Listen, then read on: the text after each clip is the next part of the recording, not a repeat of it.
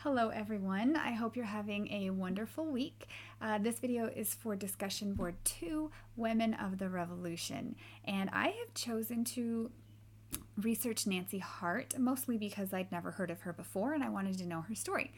So she has a small story, but it's a very unique and interesting story. I visited several websites. I chose 3 that I referenced, and the story is virtually word for word everywhere I can find it. So, like I said, there's this one story about Nancy Hart, and it's a pretty neat story. So I'm going to jump right in and tell you all about it.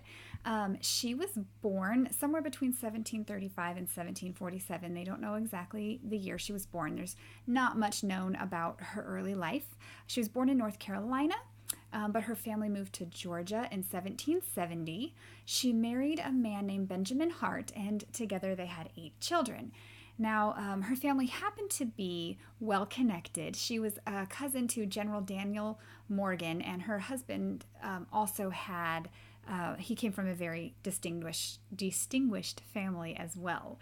As far as her looks, she was not considered the most attractive woman. She was about 6 feet tall. She had red hair, and her face was scarred from smallpox as a child. And she was also cross-eyed.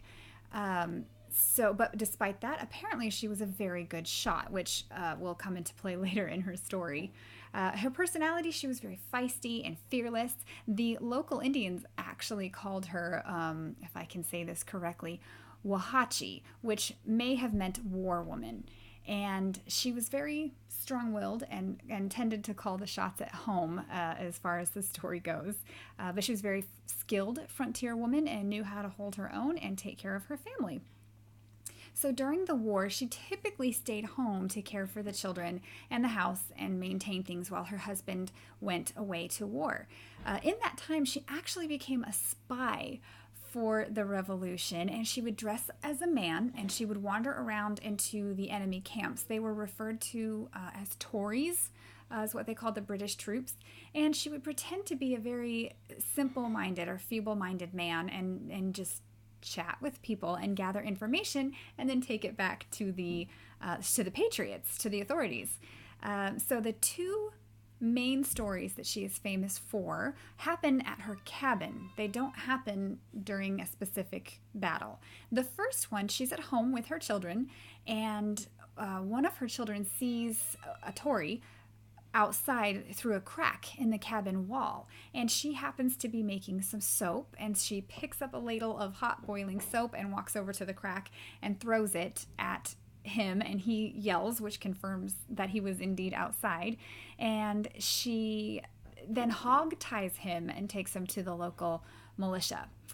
So that was the first story. The second story, she again is at home with her children, and one of them sees 5 or 6 British troops approaching the cabin, and they come and they question her about the whereabouts of a Whig leader who had just come by. And he did in fact stop by the cabin, and she helped him escape and then denied his being there. Well, these troops did not believe her. They didn't believe that she was telling the truth, and so one of them went and shot her prize turkey and demanded that she prepare it and cook for them. So she brings them in and starts cooking for them and decides to be very hospitable and give them drinks and wine and whatever else she had, and they become very laid back after a while. And she sends her daughter to the creek with a conch shell, and apparently they had already agreed with the neighbors that if they hear this shell be blown, they know that there's soldiers either in the cabin or nearby. In the meantime, she continues to give them drink, and they get a little bit more intoxicated, and she starts to hand their weapons outside the cabin wall. There's a hole big enough in the wall to pass these weapons through to her daughter, who's outside. As she's just going about her business, she picks up a weapon and puts it through the hole. Well, eventually she gets caught doing this, and she grabs one of the weapons and threatens to shoot any of the soldiers who come at her. And one of them tried, and she shot and killed him, and another one advanced her, and she shot and wounded him, and the rest stayed put until her husband arrived with troops. Well, her husband gets there, and he wants to just shoot them all, and she says that that's not good enough and wants to see them hang. So they hang them from a tree outside and bury them there underneath that tree. Well, in 1912, there were some men working on a railroad track who come across these graves that confirm her story, that this in fact did happen. So that is how she contributed to the war. She was a spy and carried information and had this very interesting story of holding down the fort for her family while these troops are there threatening them.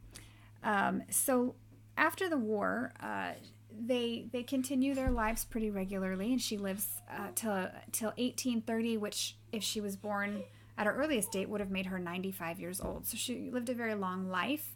Her cabin had been broken down, or just over time, it washed away by the river nearby. And let's see, the society called the Daughters of the American Revolution rebuilt the cabin, and it is still there today and can be visited.